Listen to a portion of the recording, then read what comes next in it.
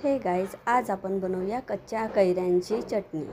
उन्हाळ्याचे दिवस आहे, उन्हाळ्यातच आपल्याला कच्चे आंबे मिळत असतात, त्यामुळे अशा प्रकारची चटणी तुम्ही नक्की करा।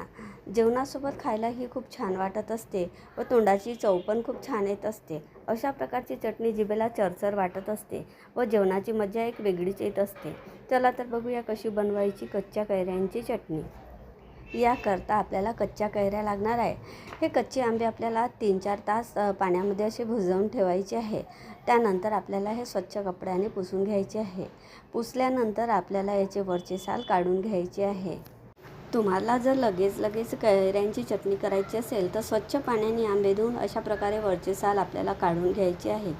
त्यानंतर आपण याचे छोटे बारीक चॉप कापून घेणार आहोत। अशा प्रकारे संपूर्ण साल काढून घेतल्यानंतर आपल्याला आंब्याचे छोटे तुकडे करून घ्यायचे आहे।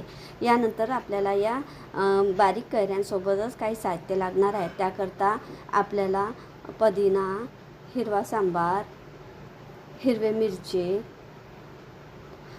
जिरं, अद्रक, तिखट, चवीनुसार मीठ, जेवढी गोड हवी असेल त्याच्या हिशोबाने तुम्हाला यात साखर टाकायचे आहे। हे संपूर्ण साहित्य आपल्याला व्यवस्थित बारीक करायचे आहे। यामध्ये थोडी अर्धा चम्मच जाड सूप पण टाकायची आहे, त्यामुळे चटणीला चव येत असते। संपूर्ण साहित्य आपल्याला व्यवस्थित बारीक करायचे आहे। अशा प्रकारे आपली कच्च्या कैऱ्यांची खट्टी मिठी चटणी तयार होत असते।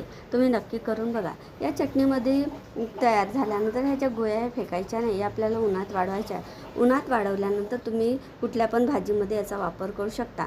करून बघा अशा प्रकारची खट्टी मिठी चटपटी कच्च्या कैऱ्यांची चटणी।